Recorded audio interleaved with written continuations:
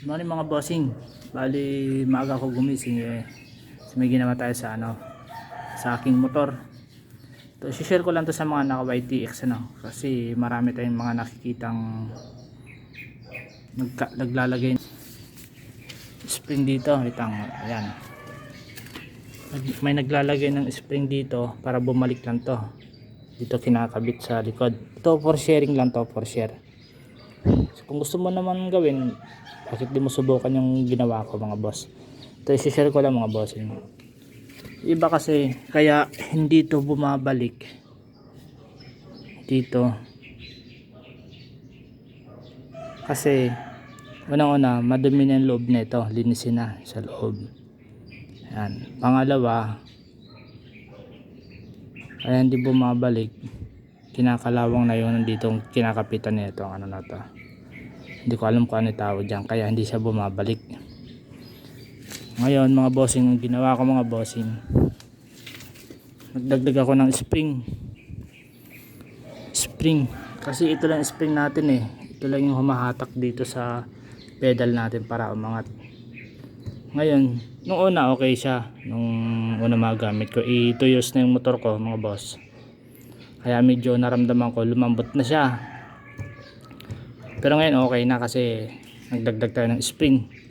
Imbes na dito natin ikabit sa likod para bumalik lang yung pedal, dito i-connect natin dito. Ikaw nasa sayan, choice mo yan kung anong gagawin mo.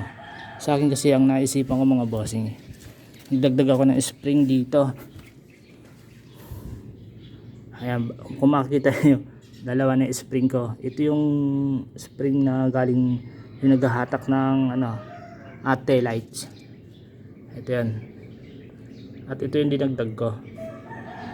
Ayan, kung nakikita yung madumi yan, puro langis. Mahilig kasi ako maglagay ng langis. Ayan, tingnan mo boss. So bali dalawa na silang humahatak. Pero malambot kasi itong spring na to. Pang talaga to, pang tail light spring ng smash ko dati. And inikot ko lang naman siya dito. Ito yan Ayan ang aso dito. Ayan, inikot ko lang naman siya dito. Dito ko na siya kinonek sa papunta doon sa may gulong sa likod. Pumipigil ng natin ng preno para di gumalaw. Ayan, bali ganun lang mga bossing. Iikot mo lang siya dyan. Huwag lang masyadong malakas yung hatak para hindi masyadong mabigat, matigas to. Ito okay pa naman yan. Ayan, kaya ang ganda na ng balik nito. Kala ko kasi nung una sira na yung spring ko dito sa loob kasi napakalambot na.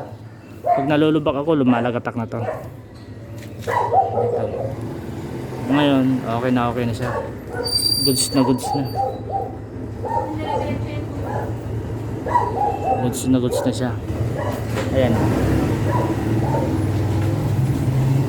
okay na kasi dalawa na sila nagtutulungan. Wag lang sa mga motor shop ko nabili itong spring natin.